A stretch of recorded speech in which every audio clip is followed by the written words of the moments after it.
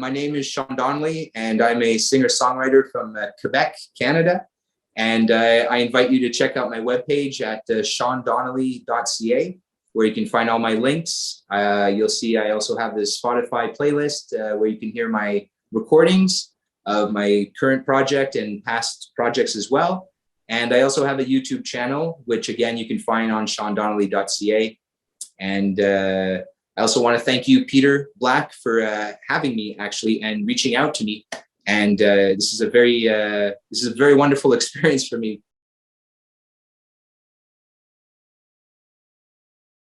Your best song that you've written so far, because I know the best is yet to come.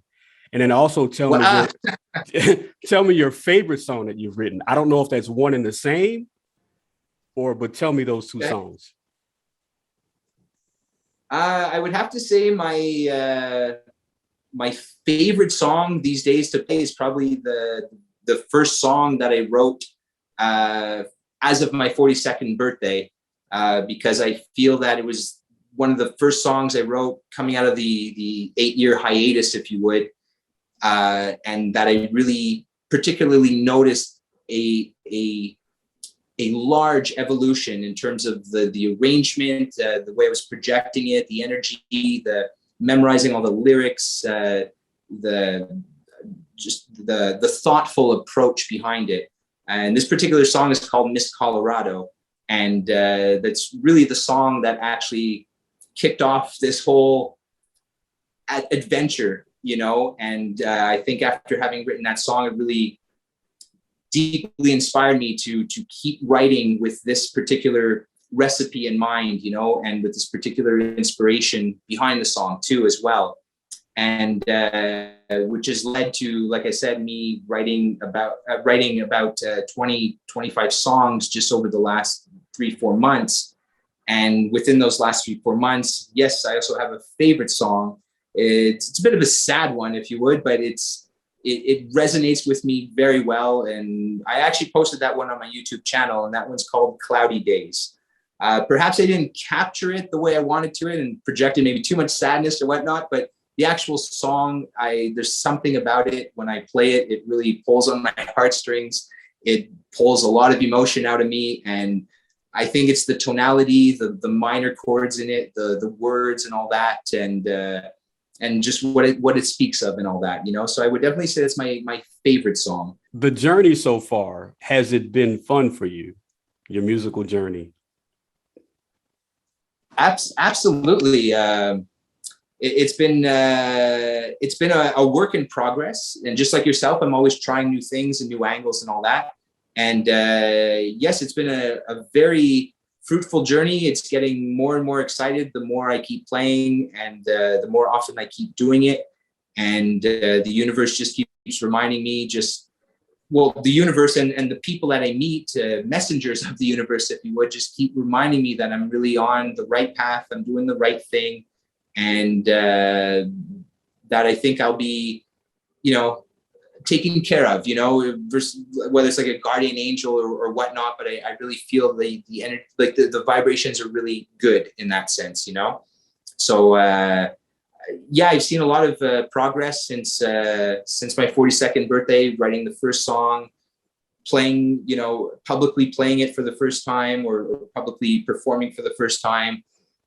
Whether it's the YouTube video approach too, I've seen the evolution in that, the progress in that. Playing in friends, you know, they tell me kind things too and encouraging words that help me understand that I'm really doing the right thing, and I really feel that I'm, for the first time, really aligned with my purpose in life, you know, which makes me feel very grounded and very fortunate. And I have a hard time now going to sleep because I have so much I want to do. And then I'm so excited to wake up. I wake up like it's Christmas morning every morning, and I'm just like, can't wait to start this day and just see what it brings, you know, because I'm realizing life is about moments. It's about spontaneity. Although forever, I always thought life was more about controlled outcomes and anticipated outcomes. But I've understood through, you know, great people I've learned about through YouTube or books I've read on philosophy or whatnot. And just that, you know, life is like waves, if you would, of the ocean, you know, sometimes they're there, sometimes they're not, sometimes they're big, sometimes they're exciting, sometimes they're dull, you know, and just to always be in the present. Like, I just always want to make sure I'm on the ocean. So therefore, when the wave comes, I'm there to ride it, enjoy it, reap the experience from it. And that's it. Like it after it happens, just let it go. Like, not to serve it tea, not to dwell on it and things like that, you know? So, you know, and funnily enough, I've learned a lot, philosophy wise, through the DreamWorks movie, Kung Fu Panda. I don't know if you ever seen it. I've watched it, yeah. I must have watched that movie at least 500 times. And the messages in that movie is incredible and just so accurate. Mm-hmm. And I believe when you apply those certain philosophies on a day-to-day basis, we really understand that life is really just made up of spontaneous moments. So therefore, when something happens, it's really important to just make sure we take the time to stop and smell the flowers, you know, as a figure of speech, because those flowers just might not be there tomorrow when you say like, oh, I'll make time for it tomorrow or something. Like, you just have to make the time right now, you know. Mm-hmm. And I think that's how we are. I think it's our purpose. I think that's how we're going to continue evolving and keeping ourselves aligned with our hearts and with the compass of the stars, you know. And that's absolutely.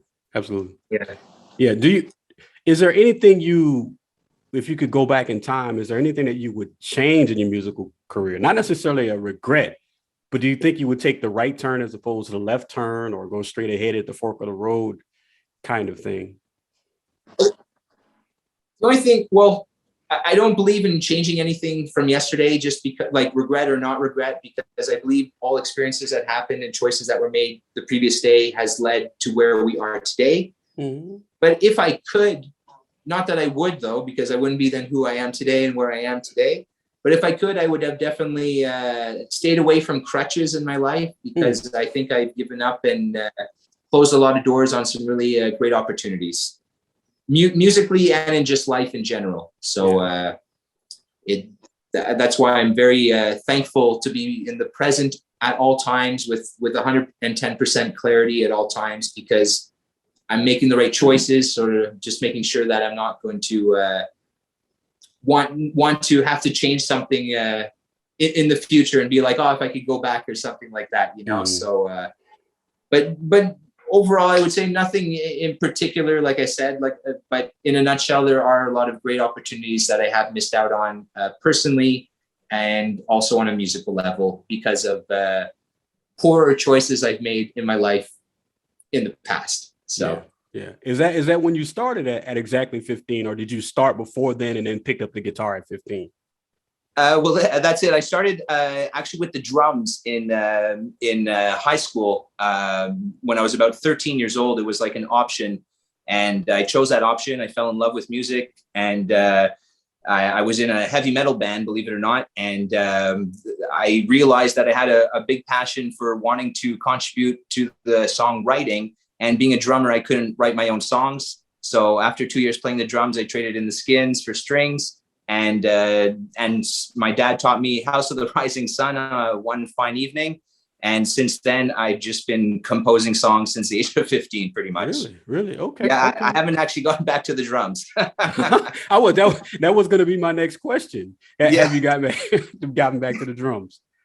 No, I mean, I'm not a drummer in any way. I can keep a beat, and that's about it. But I'm definitely more of my specialty is a singer-songwriter more than anything. I don't really touch the drums. No. Yeah. Well, when you record, are you recording in, like, I don't know, Pro Tools or GarageBand? How are you recording your music? I do a lot of demos right now, which I just use the iPhone, obviously. And when I do record, I'm using it's a freeware program very similar to Pro Tools, and it's called Reaper.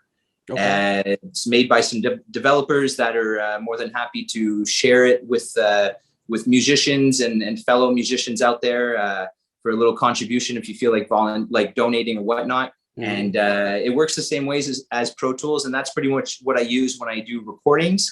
But the album that I do have available currently was actually recorded in a professional studio, if you would. Oh, really? I enjoy, yeah, I enjoy recording. Don't get me wrong. I like being behind the board in that. But again, just like the drums, it's really not my specialty. My specialty is sincerely songwriting. That's really where I shine. That's my drug, if you would, you know. So I mean, put it this way: when I'm done writing a song, I'm already looking forward to writing the next song, you know. Yeah, So yeah. yeah. How often do you write? Are you writing every day? Sounds like. These days, a lot more than I have been over the last 8 years. I was sort of on a hiatus, if you would. I had other things to figure out in my life and all that. And but yes, on average, I write a song probably once a week or once every 2 weeks. About.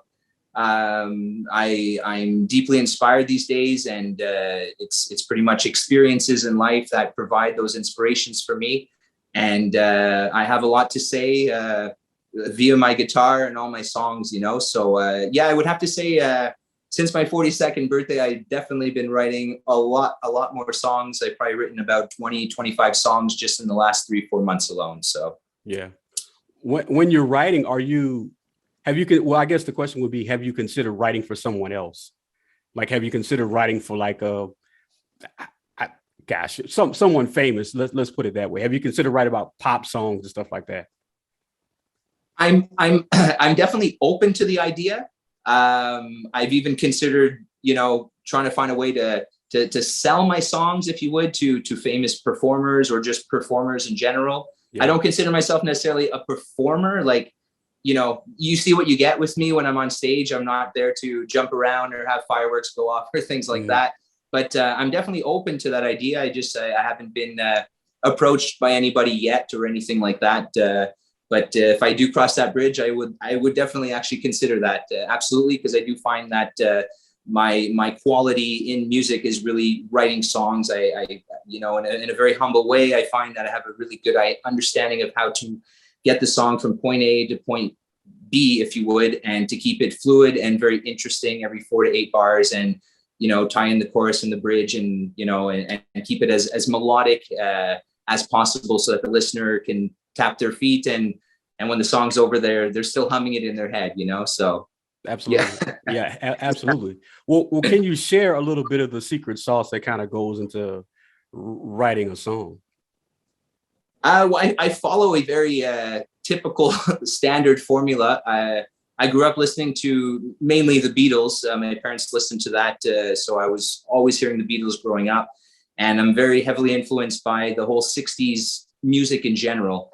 And if you look at 60s music, it's really about songs that last in between 2 to 3 minutes max. You know, start off a song, 2 bars as an intro, get right into the first verse. If maybe there's a pre-chorus, maybe not, but you know, by the second verse, you're at the chorus already.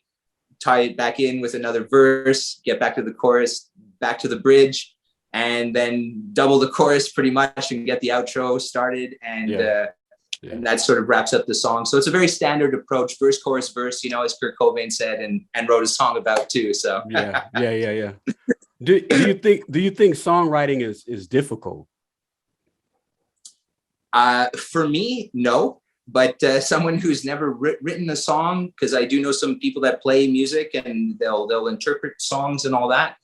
And when I do ask them, hey, have you ever written a song? They admit that they haven't, and they feel very daunted by that idea. So I don't think it comes easy to everybody, I guess. But for me, like I said, it comes very easy, very natural, especially when the inspiration is there. I mean, I've had songs come out and pour out of me within 5 minutes.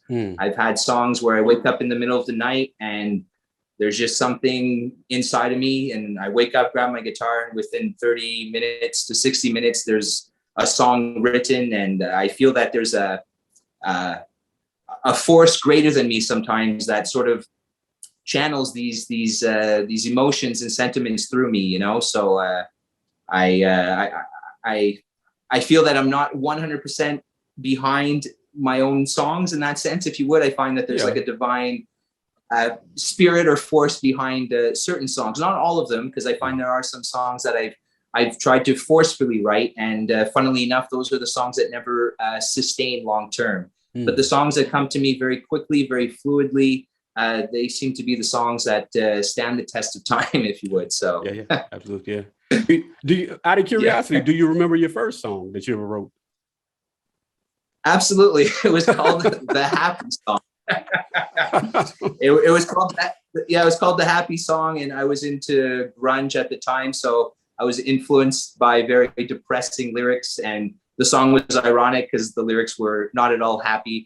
And I don't necessarily remember it on the guitar, but I remember the melody in my head. It wasn't a very interesting song, but that was probably the first song I wrote on the guitar. And speaking of my first song ever written, I believe the first song I ever wrote actually was on a Casio keyboard with just like demoing the drums, if you would, and doing like I grew up when I was 10, 11, I was listening to rap, still discovering music, didn't know exactly what I was into yet. And the very first song was called Animal Doctor. And I wrote that when I was about 11. But again, I didn't write it per se. I just sort of wrote lyrics over a cheesy Casio drum, so But yes, absolutely. I definitely remember the first songs in my head. I couldn't play them for you today. But and I document all my songs too. I have binders and pages after pages of lyrics and poems and songs I've written with chords written down and everything. Sometimes when I'm looking for some inspiration or whatnot, I open up the vault, and even though the chords are there and all that, I don't necessarily remember them all, but I'm always impressed that I've written so many songs throughout my life, but like I said, not all of them stand the test of time neither. Oh, absolutely. Yeah. And and I think that's a very normal process, but obviously with more experience in songwriting, and the less young we become and the more wisdom, the more experience we receive, we find a way to make sure that songs that we do write are our time's well invested in them, and therefore that they do stand the test of time, So I find my songs, especially these days, are a lot more thoughtful lyrically and melodically and musically, so that I'm very sure that they will last my lifetime, if you would, and thanks to technology, we can document our songs too, because that's right. Absolutely. Yeah. Smartphones and whatnot, so yeah. Well, but it sounds like in your career or in your journey thus far, you've kind of exposed yourself to pretty much the full gambit of different types of music, as folk, metal, rap. Are you comfortable where you are now? Like, is this where you are and you think you're going to stay as far as your sound sonically? Yes, personally, because funnily enough, I listen to all kinds of music, from electro to heavy metal to heavy rock, and a lot of folk, obviously too. But when I grab my guitar, it is an acoustic guitar, so obviously the songs that come to me tend to be on the folky, pop, melodic side. So yes, I do foresee myself forever writing in this particular direction. And even when I've always written songs on the guitar, although I've been in grunge bands or whatnot, they've always come off very melodic, very 60s inspired and all that. So, it's a mix, I guess, of if I'm finger picking a song, I'll label it folk. If I'm strumming it and it's poppy at 120 BPMs, I'll deem it more like a pop song. And obviously, I'm very inspired too by a lot of obscure groups that non-commercialized bands, and so therefore I also consider my sound a little indie. So my main influences really come from the 60s, the folk movement, and a lot of indie bands, that are just unfortunately not commercialized. But I think that's a good thing in the end, because it keeps it more of a secret for people who can fully appreciate their sounds and that, That's know? Right. That's right. Well, speaking of the 60s, man, there were a lot of great songs that came out of the 60s, as opposed to and this is just my opinion, as to what I believe now. I think we have a lot of classics coming from the 60s, great songs. Yeah. But today we just have good songs. What say you? Do you agree with that, or where are you on that? I do. Believe it or not, I sort of stopped following modern music since the year 2000, because I do feel that musically songs are less thoughtful. They're more programmed, if you would, with a lot of sequencers and beats. And I respect those sounds, don't get me wrong. But when it comes to lyrics anyway, I find there's a lot less heart put into lyrics these days. That's right. Like if we compare to the sounds of the 60s and 70s, you know, a lot of love was spoken of, and love is a very universal language that every culture around the world can understand and fully appreciate that particular topic, whether it's a heartbreak or you're falling in love or just a universal sort of love, you know? So I find songs are sort of lacking that these days. I find songs today are a bit more about attitude and things like that. And they're complemented obviously very well with the electronic beats behind them to even amplify that sort of attitude that they're trying to project. And it doesn't resonate well with me. I can understand if you know, there's lots of people who appreciate that music, and that's totally fine. But yeah, I find we're lacking that universal love inspiration in today's particular music. Everything is a little bit, you know, like, I mean, even modern songs that are done acoustically and all that, like I cringe a lot, you know, like in the sense that I hear the auto-tune, I hear the perfection all the time. And yes, don't get me wrong, there are artists that can sing perfect in that, but life is not perfect in that sense, you know? So it's nice to have little hiccups here and there, time to time, you know, and just, you know, so I guess I wish that auto-tune in a way wasn't invented, you know, because like I said, you can hear a very pretty pop song and a nice acoustic song in today's modern music. But I just find, like I said, I cringe to the sound of all the synthetics behind the processing of the vocals, the guitars, the whole overall production and all that. And I think that's why I've always gravitated towards the indie bands, because they're more about keeping sounds very raw, you know, without using those modern compressors or modern processors, I should say, sorry. And they stay away from autotunes and that. So we can hear the imperfections, because that really is life, you know, like if you take trees in nature, like not all trees are perfectly straight, you know, like some are bent and some are curved, and each one of them is very unique, and they all stand out in their own way, in their own respective way, you know. So I think music should be a bit like that too. But since the year 2000 anyway, and especially with shows like American Idols and all that, I really find that they're really trying to project the idea that music has to be pitch perfect all the time, you know. So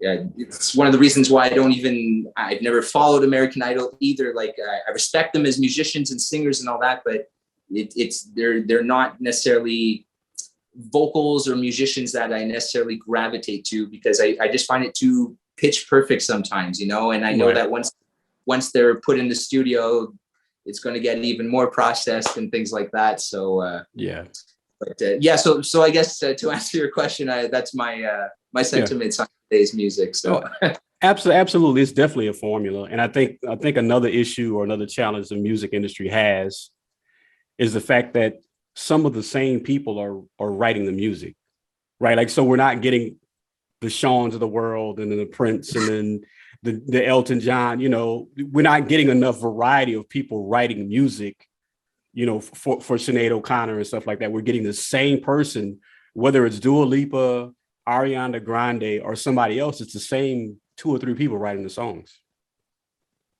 That's a very good point. That's true, because I agree. There's a lot of, I don't know names off the top of my head, but I agree there's a lot of well-known producers out there or songwriters. And yes, they're writing for a variety of artists. So I agree the sounds and the styles and the lyrics tend to be more similar. So perhaps we're lacking singer-songwriters in today's modern age, because I know if I was around in the 60s, I'd be working at one of those 9-to-5 jobs, you know, as a singer-songwriter, and I would absolutely love doing something like that. I don't even think that exists anymore. But I think the point you brought up is absolutely true in that sense. There's just a lack of the singer-songwriters and all that, you know, and I find it a bit more challenging too these days, because there's so many great songs out there. And when you're trying to play your own music, you know, I understand people want to hear songs that they're familiar with and that, but as a singer-songwriter, you always want to play your own original stuff. And, you know, so often people will listen to one or two songs, but then you're asked like, oh, but can you play this song? Or, you know, and then you sort of lose their interest when you can't play a certain band by, you know, one of their suggestions or whatnot. So, yeah, I agree. There seems to be a lack of quality, loving singer-songwriters out there. That's a good point you bring up, Peter. Absolutely. Absolutely. Yeah. what are some of the challenges of being in the booth? Or I guess maybe not even challenges, but what is it like being in the booth for you? Recording. Being in what? Recording. Being in a booth and being in a recording booth. Yeah. To be honest, I find it a little intimidating because I know I'm trying to capture perfection. And as I was saying before about life and all that there are imperfections. I find I really shine the most when I'm just playing for the sake of playing, without a microphone necessarily trying to capture the moment, because what happens is that as soon as I put on the headphones, set up the mic, press record, all of a sudden I forget to project and just to feel the song, because now I'm sort of thinking analytically and thinking about like every single nuance the notes are making and the tonalities of my vocals, which is great. I mean, it's good to capture a really good product in that. However, it removes me from the element of just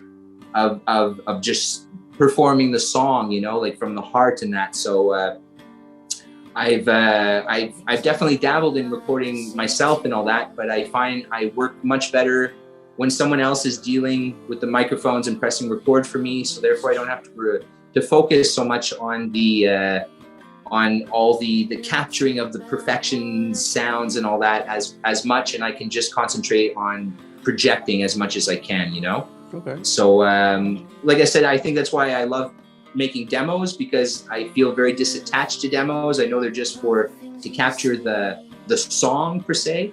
But like I said, when I set up the mics and I start pressing record and all that, I definitely get much more intimidated. And but I think it's also just lack of experience. I think the more often we do anything in life, we get a lot more comfortable with it. And you know, so I think the key is just to keep recording as often as I can on my own and with other people and all that too. The same thing with my my YouTube channel that I've recently revamped. And you know, at first when I pressed record on the camera, like I was very intimidated, you know, I was very frozen, very shy. I didn't know if I should talk. I didn't know where I should look. I didn't know if I should smile, whatnot. And so, but by being very consistent with my YouTube videos, I'm definitely getting much more at ease being in front of a camera, at least, you know, and just performing and just trying to be in my element as much as I possibly can. Mm-hmm. And just to capture whatever happens, you know, because again, that's life. It's just a bunch of improbabilities and spontaneities that just occur, you know. So absolutely.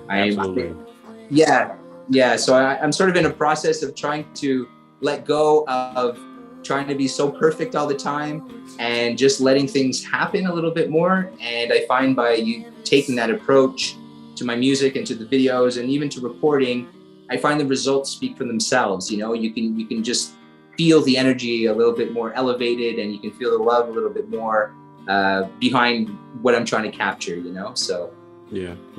Or do you get nervous when you're performing live as well, or are you more comfortable with that now? Funnily enough, I have no problem performing live. Okay. And again, it's because I'm not, and again, it's because I'm not trying to capture anything. I'm really there in my element. I'm just playing my songs. There's no one recording me or anything. And funnily enough, I've even, you know,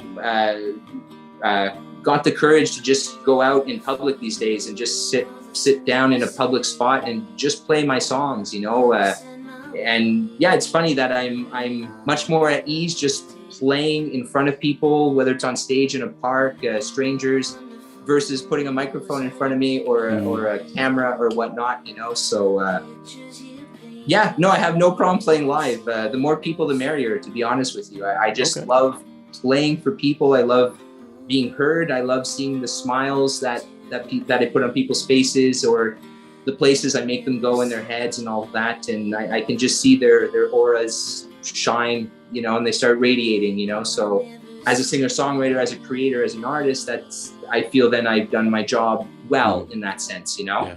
Yeah. So